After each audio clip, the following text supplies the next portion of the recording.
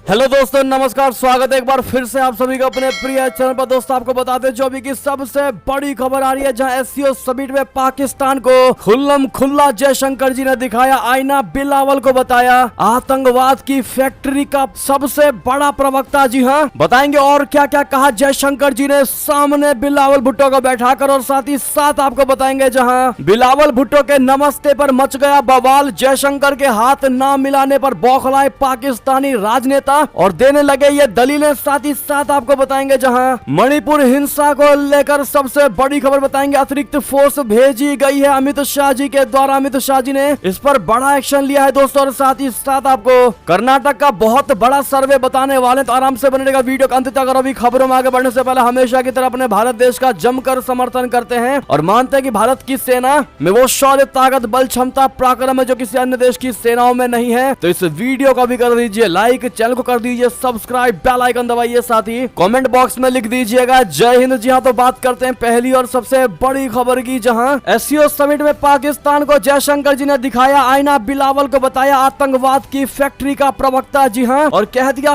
पीड़ित और साजिशकर्ता एक साथ बैठक नहीं कर सकते। जी हाँ, गोवा में शंघाई सहयोग संगठन के विदेश मंत्रियों की बैठक के बाद शुक्रवार को भारत के विदेश मंत्री जयशंकर जी ने आतंकवाद को लेकर पाकिस्तान को दो टूक जवाब दिया। उन्होंने पाकिस्तान के विदेश मंत्री बिलावल भुट्टो को आतंकी देश का सबसे बड़ा प्रवक्ता बताया। उन्होंने कहा कि आतंक के पीड़ित और साजिशकर्ता एक साथ बैठकर बातचीत नहीं कर सकते। जयशंकर जी ने प्रेस को संबोधित करते हुए कहा कि एससीओ बैठक में बिलावल भुट्टो के साथ विदेश मंत्री के तौर पर बर्ताव किया गया। वो आतंकी इंडस्ट्री के प्रवक्ता हैं। पाकिस्तान की किसी भी बात पर भरोसा नहीं किया जा सकता। जी हाँ, इस सवाल पर कि बिलावल भुट्टो आतंकवाद पर भारत के साथ मिलकर काम करने की बात कह रहे हैं, तो जयशंकर जी ने कहा कि एससीओ के सदस्य देश के विदेश मंत्री के तौर पर बिलावल के साथ सही बर्ताव किया गया, लेकिन वो आतंकवाद की इंडस्ट्री के प्रवक्ता हैं। ऐसे में आतंक के पीड़ित और साजिशकर्ता एक साथ बैठकर बातचीत नहीं कर सकते। यहाँ आकर इस तरह की दोगली बातें करने की आवश्यकता नहीं। आतंकवाद को लेकर हम सभी में गुस्सा है। पाकिस्तान की विश्वसनीयता उसके घटते विदेशी मुद्रा भंडार की तुलना में कहीं ज्यादा तेजी से घट रही है। बता दें जम्मू कश्मीर पर भी सबसे बड़ा बयान दिया गया है। बता दें कश्मीर में G20 बैठकों पर पाकिस्तान की आपत्ति पर जयशंकर जी ने कहा कि पाकिस्तान का G20 से कोई लेना देना नहीं है। उनका श्रीनगर और कश्मीर से भी लेना देना नहीं है। उन्हें तो ये बताना चाहिए कि वे पीओके में अवैध कब्जे कब खाली कर रहे हैं। जम्मू कश्मीर से जुड़े सवाल पर जयशंकर जी ने कहा कि जम्मू कश्मीर भारत का था और भारत का रहेगा। जम्मू कश्मीर में G20 बैठक तय समय पर होगी। जी हाँ, जयशंकर जी ने 370 को लेकर बयान देते कहा कि जम्मू कश्मीर से आर्टिकल 370 का हटना अब इतिहास बन गया है। इसे जितनी जल्दी आप समझ जाएंगे उतना बेहतर होगा। यानी कि दोस्तों आज पहली बार इतनी बुरे तरीके से पाकिस्तान को और पाकिस्तान के विदेश मंत्री बिलावल भुट्टो को सामने से बैठा करके जो भारत ने लताड़ा है दोस्तों, वो वाकई में देखने वाली बात है। और जिस प्रकार से जयशंकर जी ने बिलावल भुट्टो को आतंकी इंडस्ट्री का प्रवक्ता बताया है दोस्तों, ऐसे में आपकी इस पर क्या कमेंट और क्या राय होने वाली है जरूर लिखकर बताइएगा दोस्तों। हम आपके एक एक कमेंट को पढ़ेंगे और आप सभी से रिक्वेस्ट है चैनल को जितना ज्यादा उसके आज शेयर कर दीजिएगा व्हाट्सएप, फेसबुक पर। चलते हैं अगली बड़ी खबर की तरफ, जहां फ्रांस दौरे पर जाएंगे प्रधानमंत्री नरेंद्र मोदी जी। 14 जुलाई को नेशनल परेड में होंगे खास मेहमान। बता दें प्रधानमंत्री नरेंद्र मोदी 14 जुलाई को पेरिस में होने वाली बेस्टाइल डे परेड में विशिष्ट अतिथि के रूप में शामिल होंगे। विदेश मंत्रालय ने एक बयान में कहा कि भारतीय सशस्त्र बलों की एक टुकड़ी भी अपने फ्रांसीसी समकक्षों के साथ परेड में भाग लेगी। इसमें कहा गया है कि भारत फ्रांस रणनीतिक साझेदारी की 25वीं वर्षगांठ के अवसर पर प्रधानमंत्री मोदी ने इस साल बेस्टाइल डे परेड में विशिष्ट अतिथि के रूप में शामिल होने के फ्रांस के राष्ट्रपति इमैनुअल मैक्रोन के निमंत्रण को स्वीकार कर लिया है। जी हाँ, आपको बता दें कि मैक्रोन ने एक ट्वीट किया है दोस्तों, आप देख पा रहे होंगे वो ट्वीट, जिसमें उन्होंने लिखा है कि प्रिय नरेंद्र मोदी जी, 14 जुलाई की परेड के सम्मानित अतिथि के रूप में तुम्हारा पेरिस में स्वागत करके मुझे बहुत खुशी होगी। विदेश मंत्रालय ने कहा कि प्रधानमंत्री मोदी जी की यात्रा से रणनीतिक, सांस्कृतिक, वैज्ञानिक, एकेडमिक और आर्थिक सहयोग सहित उद्योगों की एक विस्तृत श्रृंखला के लिए नए और महत्वाकांक्षी लक्ष्यों को निर्धारित करके भारत फ्रांस रणनीतिक साझेदारी के अगले स्तर पर पहुंचने की उम्मीद है। इसमें कहा गया है कि भारत और फ्रांस का शांति और सुरक्षा पर साझा दृष्टिकोण है, विशेष रूप से यूरोप और हिंद प्रशांत में। ऐसे में एडवांस में पीएम मोदी जी को आप लोग हैप्पी जर्नी जरूर कह दीजिएगा। चलते हैं अगली खबर की तरफ, जहां राजौरी मुठभेड़ में सेना के 5 जवान शहीद। जम्मू कश्मीर के राजनीतिक दलों ने जताया दुख। बता दें जम्मू कश्मीर के राजनीतिक दलों ने राजौरी जिले में हुए विस्फोट में 5 जवानों के शहीद होने पर शुक्रवार को दुख जताते हुए कहा कि देश के लिए उनके बलिदान को भुलाया नहीं जाएगा। राजौरी जिले के कांडी वन क्षेत्र में शुक्रवार को आतंकवादियों द्वारा किए गए विस्फोट में 5 सैन्य कर्मी शहीद हो गए और मेजर रैंक का एक अधिकारी घायल हो गया।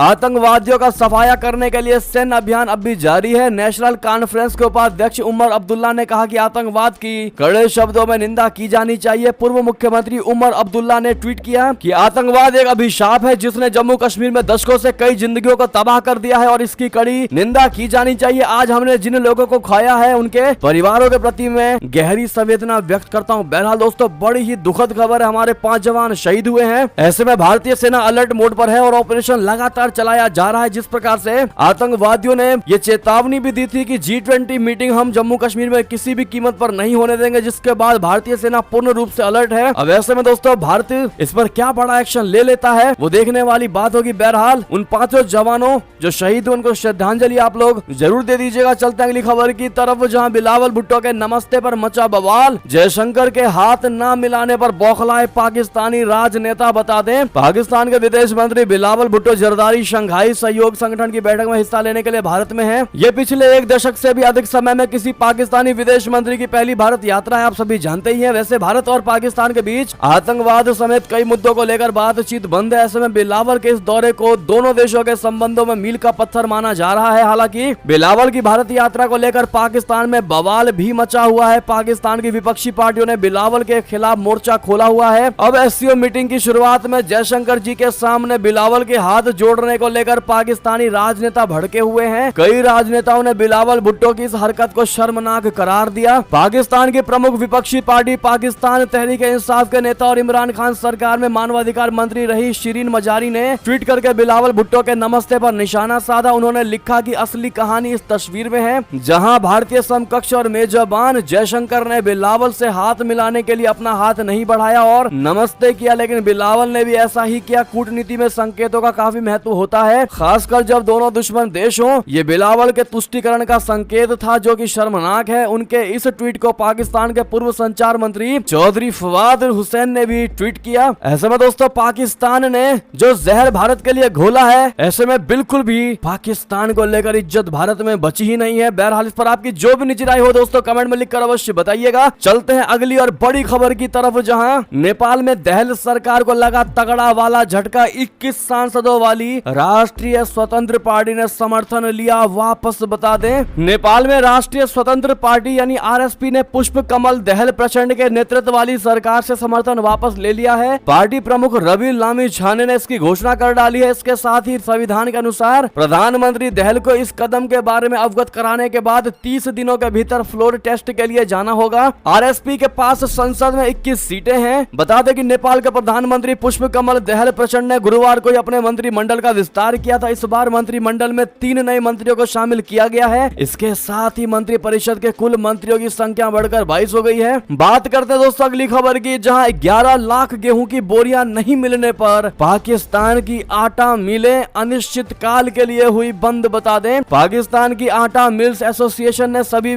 मिलों को अनिश्चित काल के लिए बंद करने की घोषणा की है। फ्लोर मिल्स एसोसिएशन के अध्यक्ष चौधरी आमिर ने कहा कि आटा मिलें गुरुवार शाम 7 बजे से हड़ताल पर जाने को मजबूर है, क्योंकि खाद्य विभाग ने उनके साथ धोखा किया है। उन्होंने कहा कि जब कराची में गेहूं की आवक पर प्रतिबंध के कारण मिलें हड़ताल पर चली गई थी, उस समय प्रांतीय खाद्य मंत्री ने गेहूं देने का वादा किया था। दोस्तों, ये हाल है पाकिस्तान का, जहां गेहूं के लिए मारामारी हो रही है और सरकार ही लोगों के लिए गेहूं जारी कर रही है और अधिकारी ही उन गेहूं को आटों को खा ले रहे हैं, गायब कर दे रहे हैं। दोस्तों, अधिकारी आपस में बांट ले रहे हैं, लेकिन जनता तक कुछ नहीं पहुंच पा रहा है और जनता त्रस्त ग्रस्त हो रखी है पाकिस्तान की। चलते हैं अगली खबर की तरफ, जहां आखिर रूसी सेना से खफा क्यों है पुतिन की प्राइवेट आर्मी। यूक्रेन से अपने सैनिकों को वापस बुलाने की दे दी धमकी। बताते रशिया के वैगनर सैन्य समूह के प्रमुख ने शुक्रवार को आरोप लगाया कि रूसी सेना उसके जवानों को गोला बारूद उपलब्ध नहीं करा रही है। इसके चलते समूह यूक्रेन के बखमुत में जारी अपनी लड़ाई को रोक सकता है। उन्होंने कहा कि समूह अगले सप्ताह बखमुत से अपने जवानों को वापस बुला लेगा।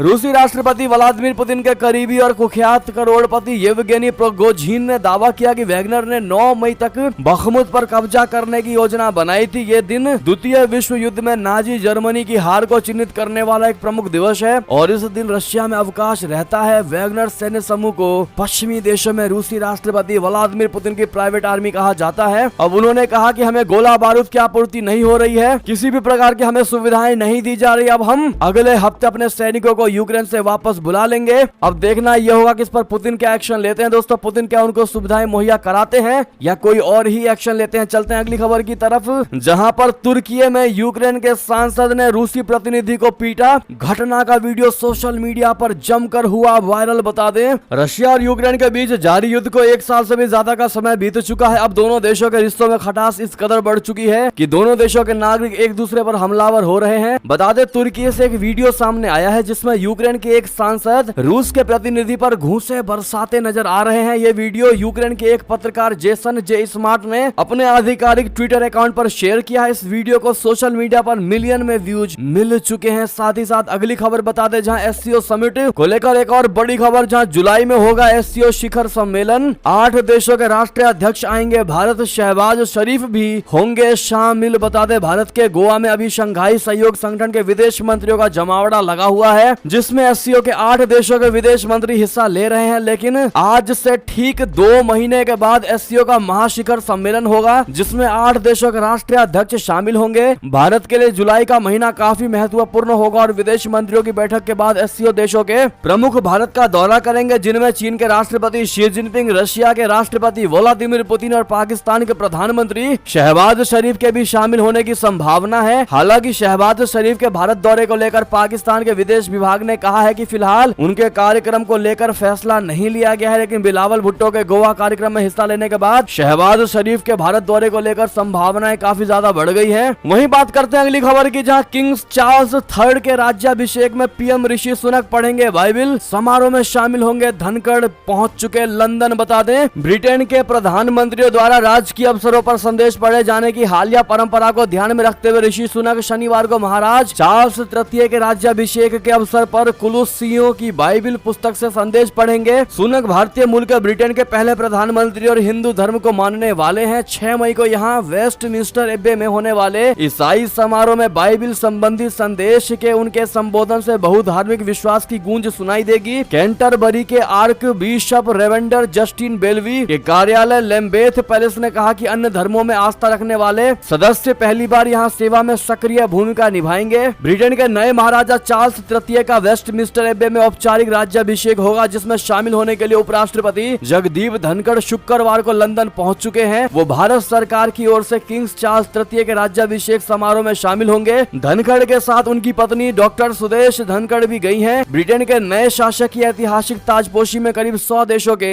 राज्याध्यक्षों या शासनाध्यक्षों के शामिल होने की उम्मीद है। बहरहाल एक और खबर बता दें, जहां इस देश ने खाई रशिया को सबक सिखाने की कसम उठा दिया। अब ये बड़ा कदम भारत की हो गई बल्ले बल्ले। बता दें, यूक्रेन से चल रही जंग के मद्देनजर अमेरिका समेत कई देशों ने रशिया पर कई तरह के बैन लगाए हुए हैं, तो वहीं रशिया भी झुकने को तैयार नहीं है। वो कई देशों को कम दरों पर तेल बेच रहा है ताकि अर्थव्यवस्था पर कोई मुश्किल खड़ी ना हो। पिछले 1 साल में ऑयल एक्सपोर्ट की रेस में सऊदी अरबिया की सल्तनत को रूस से कड़ी चुनौती मिली है। जिन देशों को रशिया कम कीमत पर तेल बेचता है उनमें से अधिकतर एशियाई देश हैं, इसीलिए कम कीमत में तेल बेचकर रशिया ने कई एशियाई देशों को अपने पाले में कर लिया है। रूस की रियायती दरों पर तेल बेचने के फैसले ने किस कदम सऊदी अरबिया को झटका दिया है, उसका इल्म इसी बात से हो जाता है कि भारत यूक्रेन युद्ध से पहले रशिया से सिर्फ 1% से भी कम तेल खरीदता था, लेकिन अब उसका सबसे ज्यादा तेल आयात रशिया से ही होता है। इस फहरिस्त में इराक, सऊदी अरबिया और यूएई जैसे देश भी पिछड़ चुके हैं। बीते दिनों पाकिस्तान को भी रशिया ने कम दरों पर तेल बेचने का निर्णय लिया है। अब ऐसे में रूस की बढ़ती धमक को देखते हुए अब एशियाई देशों के लिए सऊदी अरब ने पिछले 4 महीने में पहली बार तेल की कीमतें घटाने का फैसला किया है। दुनिया में सबसे बड़ा तेल निर्यातक देश सऊदी अरबिया ही है। सऊदी अरब की तेल कंपनी अरामको के मुताबिक अरब लाइट ग्रेड की जून में लोड होने वाली तेल की कीमत में मई के मुकाबले 25 सेंट प्रति बैरल की कमी की गई है। जी हाँ, अब ऐसे में हर तरीके से भारत के हैं बल्ले बल्ले। अब देखना ये होगा क्या भारत इसका लुत्फ उठाता है या नहीं। चलते हैं दोस्तों अगली खबर की तरफ, जहां ऑस्ट्रेलिया में खालिस्तानियों के निशाने पर हिंदू मंदिर, पीएम मोदी के खिलाफ लिखे आपत्तिजनक नारे। बता दें, 23 मई को प्रधानमंत्री नरेंद्र मोदी जी की यात्रा से कुछ हफ्ते पहले ऑस्ट्रेलिया में एक हिंदू मंदिर में तोड़फोड़ की गई। मीडिया रिपोर्ट्स ने बताया कि पश्चिमी सिडनी के रोज हिल उपनगर में BAPA स्वर्गीय स्वामी नारायण मंदिर की सामने की दीवार को पीएम मोदी के खिलाफ संदेश के साथ स्प्रे पेंट किया गया था। मंदिर आने वाले श्रद्धालुओं ने शुक्रवार को सुबह मंदिर की दीवारों पर पीएम मोदी के खिलाफ स्लोगन लिखा देखा।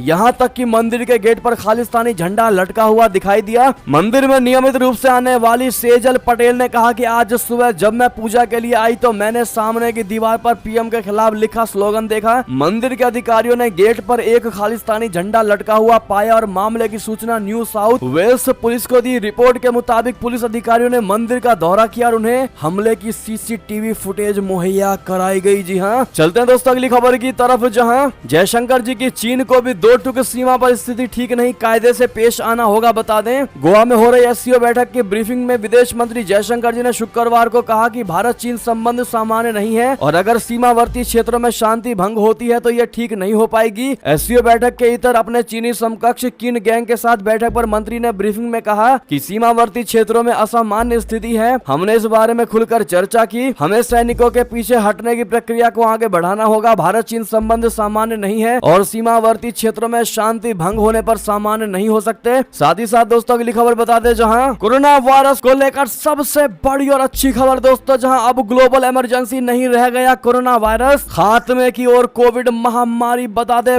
बड़ी अच्छी खबर, विश्व स्वास्थ्य संगठन ने शुक्रवार को कहा कि कोविड-19 अब वैश्विक आपातकाल के योग्य नहीं है, यानी corona is no longer a global emergency as COVID epidemic. WHO की घोषणा विनाशकारी कोरोना वायरस महामारी के प्रतीकात्मक अंत को दर्शाती है। डब्ल्यूएचओ ने शुक्रवार को कहा कि कोविड-19 अब वैश्विक आपातकाल के योग्य नहीं है। इस महामारी की वजह से एक समय में दुनिया के विभिन्न देशों में लॉकडाउन लगाया गया था, जिससे दुनिया भर में अर्थव्यवस्थाएं प्रभावित हुई और कम से कम 70 लाख लोगों की मौत हो गई। जी हाँ, अगर आप भी मानते हैं कि अब इस खबर को सुन करके काफी ज्यादा सुकून आपको मिला है तो कमेंट में अपनी राय जरूर लिखिएगा दोस्तों। साथ ही साथ बात करते हैं अगली खबर की, जहां मणिपुर हिंसा को लेकर अमित शाह ने किया सीएम एन बीरेन सिंह के साथ समीक्षा, अतिरिक्त फोर्स भी भेजी गई। बता दें, केंद्रीय गृह मंत्री अमित शाह जी ने शुक्रवार को मुख्यमंत्री एन बीरेन सिंह और शीर्ष अधिकारियों के साथ मिलकर मणिपुर की स्थिति की समीक्षा की। सूत्रों ने बताया कि केंद्र सरकार ने राज्य में शांति बनाए रखने के लिए अतिरिक्त सुरक्षा बल और दंगा रोधी वाहन भेजे हैं। अमित शाह जी ने मणिपुर की स्थिति पर करीबी से नजर बनाए हुए हैं और राज्य तथा केंद्र सरकार के वरिष्ठ अधिकारियों से पूरे दिन लगातार संपर्क में रहे। उन्होंने वीडियो कॉन्फ्रेंस के जरिए समीक्षा बैठक भी की। सूत्रों ने बताया कि शाह के साथ बैठक में मुख्यमंत्री, राज्य के मुख्य सचिव और पुलिस महानिदेशक, केंद्रीय गृह सचिव और अन्य वरिष्ठ अधिकारियों ने हिस्सा लिया। साथ ही साथ दोस्तों अगली खबर बता दें आपको, जहां 3 दिन के सियासी ड्रामे के बाद शरद पवार का बदला मन, बने रहेंगे एनसीपी अध्यक्ष। बता दें, राष्ट्रवादी कांग्रेस पार्टी यानी रांकंपा के अध्यक्ष शरद पवार ने शुक्रवार को कहा कि वो पार्टी अध्यक्ष पद छोड़ने का अपना फैसला वापस ले रहे हैं। 3 दिन पहले अपने इस्तीफे की घोषणा कर सबको चौंका देने वाले शरद पवार ने यहां एक संवाददाता सम्मेलन में कहा कि वो अपने सहयोगी और पार्टी कार्यकर्ताओं की भावनाओं का अनादर ना कर सकते। पार्टी कार्यकर्ता उनसे इस्तीफे का फैसला वापस लेने की लगातार अपील कर रहे थे। पवार ने कहा कि मैं उनकी भावनाओं का अनादर नहीं कर सकता। पार्टी कार्यकर्ता उनसे इस्तीफे का फैसला वापस लेने की लगातार अपील कर रहे थे। साथ ही साथ अगली खबर आपको बता दें, जहां एबीपी सी वोटर सर्वे में 40% कमीशन बजरंग दल और किस मुद्दे ने कर्नाटक चुनाव को किया ज्यादा गर्म। सर्वे में चौंकाने वाले आंकड़े बता दें, कर्नाटक में राजनीतिक तापमान गरमाया हुआ है। विधानसभा चुनाव के प्रचार में जुटे राजनेता एक दूसरे पर जोरदार हमला बोल रहे हैं। बीजेपी के पक्ष में माहौल बनाने के लिए जहां पीएम मोदी, अमित शाह, जेपी नड्डा समेत कई दिग्गज नेता मैदान में हैं, तो वहीं कांग्रेस के लिए मल्लिकार्जुन खड़गे, राहुल गांधी, प्रियंका गांधी वाड्रा ने पूरी ताकत झोंक रखी है। ऐसे चुनावी माहौल में कर्नाटक की जनता के मन में क्या है, ये जानने के लिए एबीपी न्यूज के लिए सी वोटर सर्वे ने चौंका दिया। इस सर्वे में शामिल लोगों से पूछा गया कि किस मुद्दे ने कर्नाटक चुनाव को ज्यादा गर्म किया है। इस सवाल के बेहद हैरान करने वाले नतीजे सामने आए। सर्वे में हिस्सा लेने वाले 34% लोगों ने कहा कि 40% कमीशन के आरोप ने चुनाव को ज्यादा गर्म किया है। सर्वे में शामिल 31% लोगों का मानना है कि पीएम मोदी को सांप नालायक कहने से सियासी सरगर्मी ज्यादा बढ़ी है। 14% लोगों का कहना है कि बजरंग दल पीएफआई बैन के मुद्दे ने चुनाव को ज्यादा गर्म किया है, तो वहीं 21% लोग ऐसे भी हैं जिन्हें कोई जानकारी नहीं है। बहरहाल दोस्तों, ये था कर्नाटक का गरमाए हुए मुद्दे पर सबसे बड़ा सर्वे। ऐसे में आप क्या कहते हैं दोस्तों, किस मुद्दे ने सबसे ज्यादा सरगर्मी पैदा की है कर्नाटक के चुनाव में? साथ ही साथ दोस्तों एक और खबर आपको बता दें, जहां पर अरविंद केजरीवाल का बड़ा दावा, कहा केंद्रीय जांच एजेंसियां ये साबित करने में जुटी है कि मैं चोर हूं। जी हां, दिल्ली के मुख्यमंत्री अरविंद केजरीवाल ने शुक्रवार को दावा किया कि केंद्रीय जांच एजेंसियां किसी भी तरह से ये साबित करने की कोशिश कर रही हैं कि वो चोर हैं। केजरीवाल ने प्रधानमंत्री नरेंद्र मोदी जी से कहा कि अगर उनके खिलाफ एक पैसे का भी भ्रष्टाचार मिल जाए तो वो